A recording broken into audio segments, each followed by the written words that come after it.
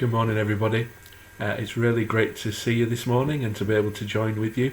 We have got a very, very short video this morning. You may have noticed from things that have been said on previous weeks that last Sunday, for our live service in church, we had one of our Community Connect Sundays. So we had a group went to the Firs, to the nursing home to lead a service for them. We had a group praying in church. We had a group going out doing some practical things around the area, litter picking and cleaning up the area and things like that. That means that there was nothing recorded in that service to show this week as our online service. So I'm just here for a few minutes to explain to you about some of the changes that are taking place at the moment because of changes in lockdown restrictions and also some of the changes that are taking place as we begin to think about how do we have services, how do we go forward in this new normal that we're now living in. So first of all, changes to the live services. So if you want to come along on a Sunday morning at 10:30, there will be a service in church every week. And in that service we've decided to keep some of the restrictions that we've had and to adapt some of the other restrictions that we've had. So if you're able now to say, yes, I can come along to a service with these things in place, then please do come along at 10:30 on a Sunday morning. We'd love to see you gathered all together back in the church building again. Here's the kind of things that we're saying. We're saying that on entry to the building, you'll still need to sanitize your hands. We'll still leave the doors open to get as much air and through flow of air as we can into the building. We're recommending, obviously we can't say you have to, but we're recommending as strongly as we can that you still wear a face mask when you come into church. And we're going to be able to sing. We've had live musicians leading and singing for us for a few weeks now. If you want to join in with the singing, you're now allowed to, but what we're saying is that you need to be wearing a face mask if you're going to sing, because singing is actually probably the biggest way that things can be spread, and so if you're wanting to sing, which we'd really encourage you to do, you need to be wearing a face mask so that there's a limit to any problems that might be caused through the singing. Social distancing when we're seated doesn't need to be in place anymore, so you can sit next to whoever you want to and sit in groups however you want to. However, if you would rather still be distanced, if you'd still rather have at least 2 seats between you and anybody else, which is the restrictions that we've been putting in place, then as you enter there'll be a steward there to welcome you and probably to show you to a place. Just mention quietly to them, is it okay if I have a space for myself? Is it okay if I'm distanced? And they'll be able to do that without making a big fuss and without making it obvious or anything like that. But you'll be able to do that. So there are no seating restrictions in place, but if you'd like to still be distanced, just mention it and we can make sure that that happens for you. Equally, afterwards, at the end of the service, we're now able to have refreshments again. The questionnaire that people filled out for us, the things that people missed the most were the singing and were the refreshments and the time together, the fellowshipping together. So we wanted to make sure that those can happen again. So after the service, if we have enough people who are willing to join a rota, then we're able to have tea and coffee and things afterwards. Again, you'll probably be able to sit round the tables in the cafe, you'll be able to stand. Once again, if you're someone who would say, well actually, I'd rather not do that, then that's fine. At the end of the service, rather than stay and having the drinks, then you just slip out and make your way home. That's no problem. No one would say anything or make any fuss about that. We're wanting to do as much as we can for as many people as we can, but at the same time keeping the safety as much as we can at this stage as well.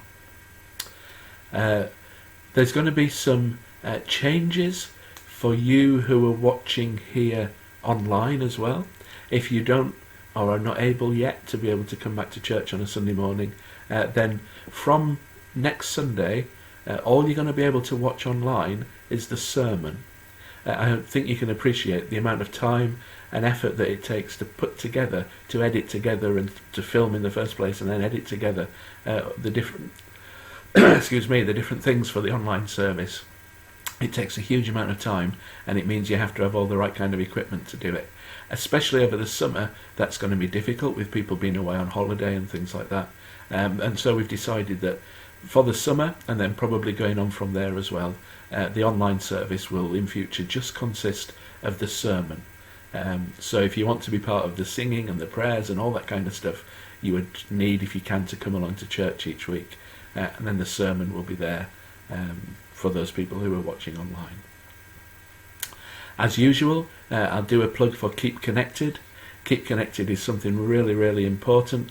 It has been for this past year and a half a way of keeping connected, a way of keeping people together, passing on information, prayer requests, quizzes and encouragements, and all those kinds of things. So keep looking and keep connected. It'll still be being sent to you by Andrew or by Ruth. In there are all kinds of things. There's information about what's happening during the week.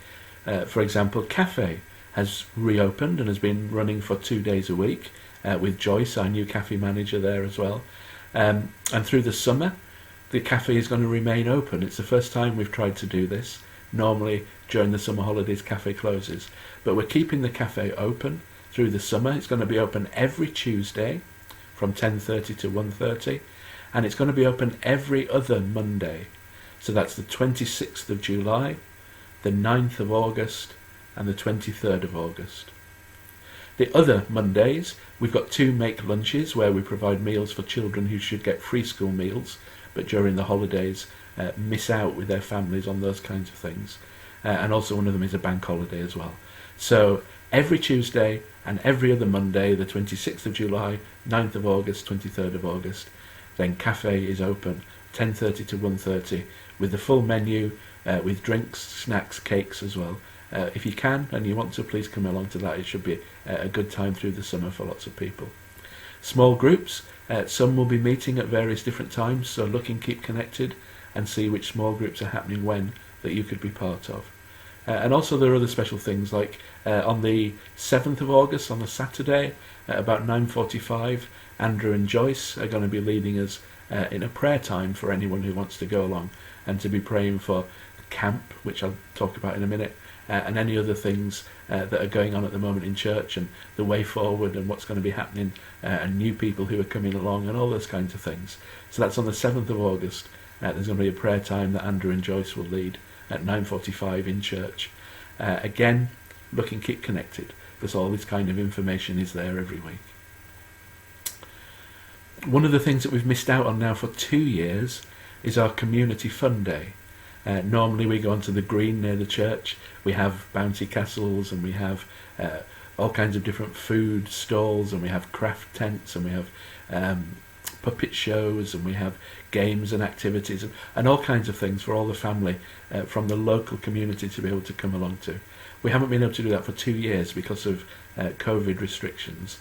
But what we're looking to do in September is to relaunch lots of our midweek activities and to relaunch Cafe in its new form in September.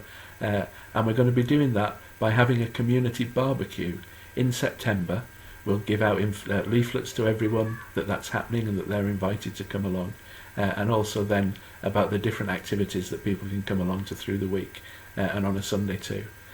So look out for things to do with the community barbecue in September, because we're going to need people who are willing to do some barbecuing, who are willing maybe to come and just join in and chat to people, as we hopefully get a good number of people again from our local community coming along and wanting to take part and share with us in that. And then we're able to tell them about all those other things that are going to be starting again in September. I did mention too earlier about camp. Please do be praying for camp. I know the leaders would value that.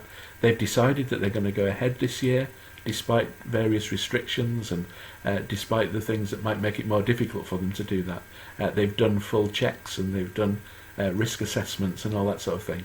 And already, for several weeks, they've been booked up. They've been full of children who are wanting to go. So please do pray for camp in the coming weeks. If you're someone who's awake at night and is able to get to where camp is happening, then they're looking for people to be able to do night patrol on some of the nights, so that the leaders don't have to be up all night. They can get a good night's rest, and there's someone else there just to patrol the site, making sure everything is safe and secure while the camp is taking place. And also if there's anyone with a car who's available on the Monday or the Friday of either of the camps, then I think there are going to be some young people who need lifts getting to camp.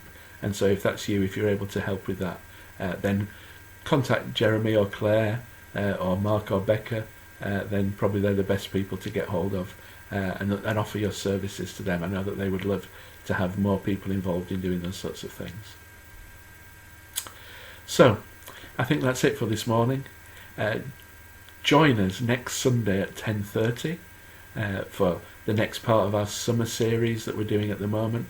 We're doing something called Encounters with God.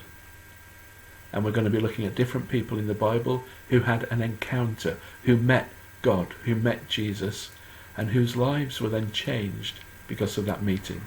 And we're going to see how that might speak to us about our lives and our situations, and the difference that meeting God in those situations can make to them and can make to us and the way that we live.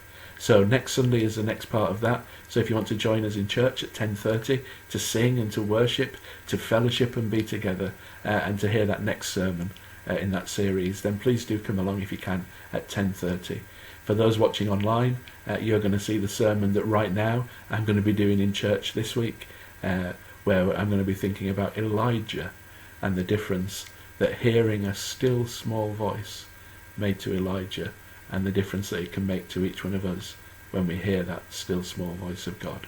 So tune in online next Sunday at 10:30 to hear that sermon about Elijah, or join us in church next Sunday to be part of the whole service with singing and refreshments and everything as well.